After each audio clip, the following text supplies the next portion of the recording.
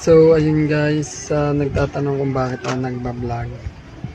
Hindi para sa pansarili o para sa pamilya. Para po talaga sa nanay ko. Siyempre kasama na rin yung mag-iina ko, asawa at anak ko. Para sa kanila din yun. Pero ito talaga yung isa pang dahilan na kung bakit gusto kong mag-vlog, kumita sa Facebook. So ayun, ito po pala yung mama ko.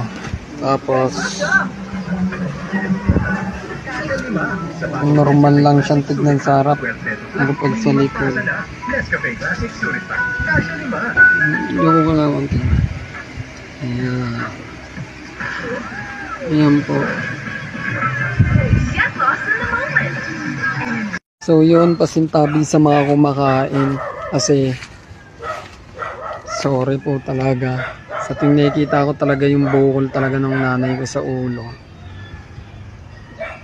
Wala rin po talaga kasi magawa kasi yung trabaho ko ano lang, kung may gawa ngayon may gawa bukas, sa susunod wala na. Kaya kung sakali mambuinasin maging vlogger o kumita man lang ng onti dito sa Facebook, malaking bagay po para talaga sa amin at sa maintenance ng gamot ng nanay ko. Kahit hindi na siya maoperahan, okay lang.